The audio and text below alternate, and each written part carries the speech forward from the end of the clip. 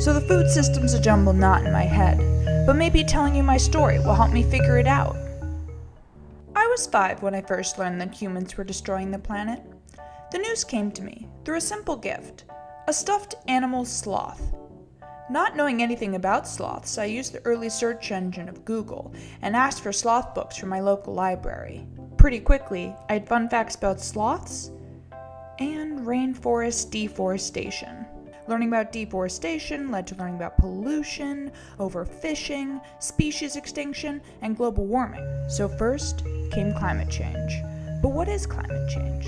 Here's my professor. The plants over the evolution of Earth took a very high concentration of CO2 that used to be in the atmosphere and trapped it as organic carbon, and then it was stored long term as fossil fuels. A human being decides to burn the stuff. We're shifting back towards more CO2 in the atmosphere, and that's warming the Earth. The ancestors were taken out of the ground and used to run our industrialized society. Taken out of the ground in form of coal and petroleum. This is all great. If you overlook to get here, we had to rape the environment and all the indigenous people pretty much that colonizers met. So that's the scariest thing I ever heard. So I decided to dress up as it for Halloween that year. Since I was young, I blamed people and decided to spend my life trying to save nature. So in college, I studied biology, which meant classes in organismal biology, organic and inorganic chemistry, cell molecular biology, systems ecology, microbiology, plant ecology, genetics, statistics, and geology. These classes showed me that carbon isn't the only cycle that's been disrupted. Here's my professor again. There's no vascular plant that's capable of taking that atmospheric nitrogen gas and turning it into a form of nitrogen that works as a fertilizer. So you've got bacteria that can convert that atmospheric gas, but you also have this fossil fuel process. It's called the Haber-Bosch process. Without the Haber-Bosch process, I don't think we would have the human population we have right now. The nitrogen cycle is completely disrupted because we apply it in excess to fields. Phosphorus is very different in the sense we mine phosphorus, we apply it to our agricultural fields. When we run out of phosphorus, we run out of phosphorus. And so that phosphorus that's flowing down into the oceans together with the nitrogen, that's being buried in the ocean. So there's a lot more problems to save nature from. Thankfully, all those late night talks with friends of other majors showed me that nature does not need saving. It'll always be there. But what about us? So now my map gets complicated because people are also affected by climate change is just one part of it. If the sea level rises 50 feet, those people are going to be unprepared. Those communities that they influx into are going to be unprepared. Thinking about other people having to leave their home, I thought of my own. Having grown up in a city, cities became my new obsession as environments we design that separate us from other organisms. Are cities part of the problem, or are they part of the solution? A few years ago, we crossed that transition point where most of the human population shifted from being outside of cities to being inside of cities. The rural-urban divide is getting more and more urban every day. About 2/3, 70% of Americans now live in cities, whereas if you look 100, 200 years ago, that was reversed. You need less resources consumed per people if you have people living densely. It does create all sorts of scaling issues in terms of concentration of wastes, the need to transport resources to support those populations. I began searching for any point that could connect urban dwellers to nature. I found food. So during my semester in Florence, Italy, I entered at a food market and fell in love. The market. The market appeared to be the solution for reconnecting people to nature and each other. There was social connection and community bonding, economic entrepreneurship, and a rural and urban connection through the food. So if we're disconnecting from other organisms, how are we treating the farmers?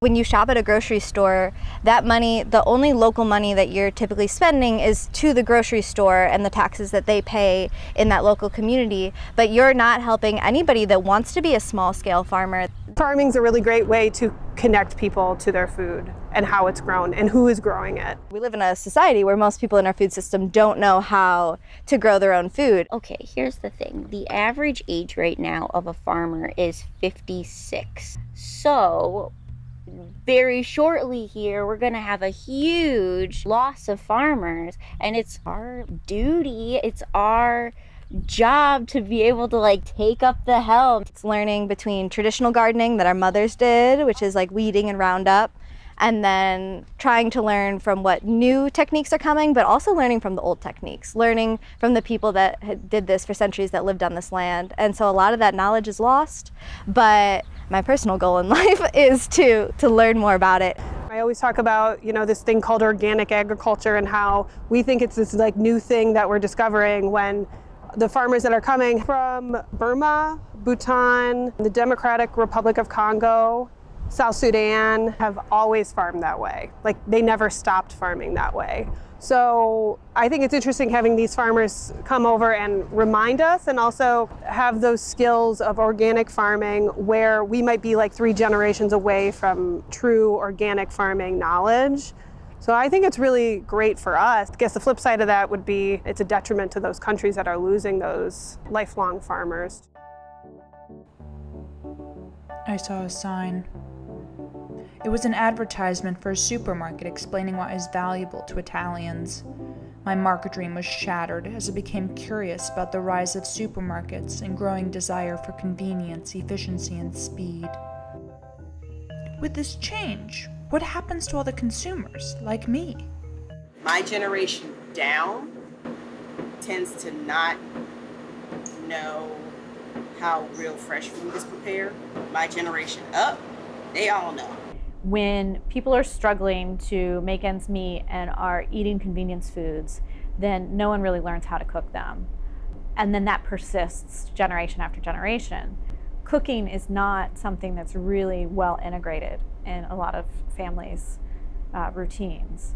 There is familiarity that's an issue, and access is an issue, but there's an education component, and then there's also just time. In our community, they can't because they don't have time to cook, because they're working a lot. A lot of those parents work 12 hours a day. We have lost with convenience food a lot of the familiarity and knowledge that comes from food culture and from preparing food in groups and eating together. However, I was humbled by the complexity of our global problems and decided to focus on the local systems I was a part of.